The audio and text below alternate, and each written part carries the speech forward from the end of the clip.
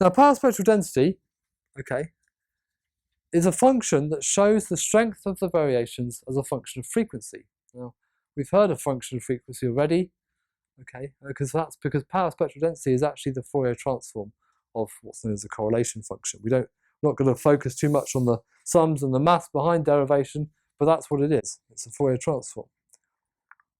And in random vibration analysis, the acceleration power spectral density, okay, because we often in vibrations we're dealing with acceleration, not power in terms of watts, but acceleration in terms of g, okay, has the units of g squared per radian per second, okay, because it's a function of frequency, or you can have it in terms of hertz. Hertz is also frequency, okay, so depending on which units you use, you've got radians per second or hertz down there. And like I said, the g is to do with acceleration. And that represents how acceleration power, in a sense, power in inverted commas, is distributed over the frequencies. Power spectral density is represented by S, okay, and like I said, it's a function of frequency. So in here we've got in omega, if it's in radians per second, or F, if it's in terms of hertz. And I'll talk about how you can convert between the two in a minute. So power spectral density is represented by S of omega, or S of F in hertz, and a certain function could be written like this. It's double-sided if we've got in terms of omega, okay, and so we've got a peak around this point, which I'll call minus omega naught, and this point, which is plus omega naught. And this is my power spectral density for a certain function, okay. That's an example. It's even, you can reflect about the y-axis, and it's real in this case.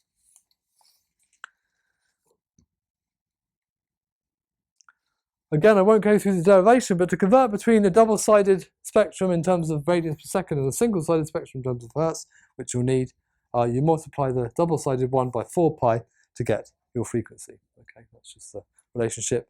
Again, that's on the equation sheet, so you don't need to worry too much about that relationship. But now, the interesting thing about power spectral density is if you take the integral of the power spectral density, okay, with respect to omega between minus infinity and infinity, you get the mean square value, the expected value of x squared. And this is important because if you take the square root of this term, you get the root mean square, which is an important statistical measurement. And as we discussed earlier, the root mean square is basically the magnitude. I've written the actual definition. Statistical measure of the magnitude of a varying quantity, okay, which is what's useful to know about certain random processes. So that's important. Like I said, if you've got the power spectral density of your output, okay, of your vibration, whatever, you take the integral of that over all frequencies, you get your mean square value. You take the square root of your mean square value, you get your RMS, which is what we're often trying to find, the RMS value. Okay, the integral of your power spectral density with respect to frequency over all frequencies will be your mean square value. Square rooted, you get your RMS. Now I said there was an important word I mentioned in that description just a second ago. I said this is a power spectral density of your output, okay? Output being the important word.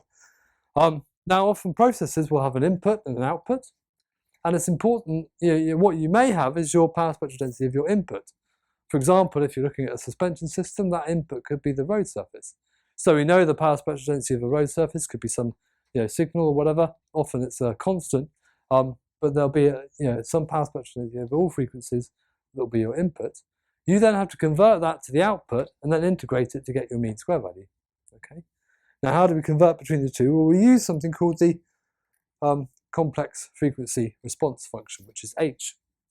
Okay, and that's the transfer function between the input power spectral density and the output power spectral density. Now, how do we get this? Well, basically, let's assume we've got a mass string damper system. My input is a force, my output is my displacement, okay, which makes sense. And you make these substitutions, okay? You make the substitution, you stick in, for F, you stick in F naught E j omega t. Notice this is an equation for an oscillation, okay? And for X, obviously, we also get X E j omega t. And obviously, to get X dot, we differentiate this once with respect to time. I get my j omega coming out, and then X E j omega t double dot, I get another j omega out, so I get minus omega squared xe j omega t. And so I put them in my equation and I rearrange. So I get this as my equation of motion, okay? The e j omega t's will cancel each other out, they're in every term. And then I can rearrange it, putting my output over my input, okay, to get my function. And so output over input, so in that case x divided by f is my h omega, which is my complex frequency response function, and looks like this. So that's my h omega. So you get h omega, and the relationship between the output and the input power spectral densities is given by this equation, where you take h omega, you take the magnitude, square it, multiply it by your input power spectral density, will give you your output power spectral density. And this is a term you integrate to get your expected value, so your mean square value. Okay. So you're often given this equation, you're given this function, whatever that is. It could be a constant. This you can find from your system, so you have to know what the system sort of looks like to get your complex frequency response.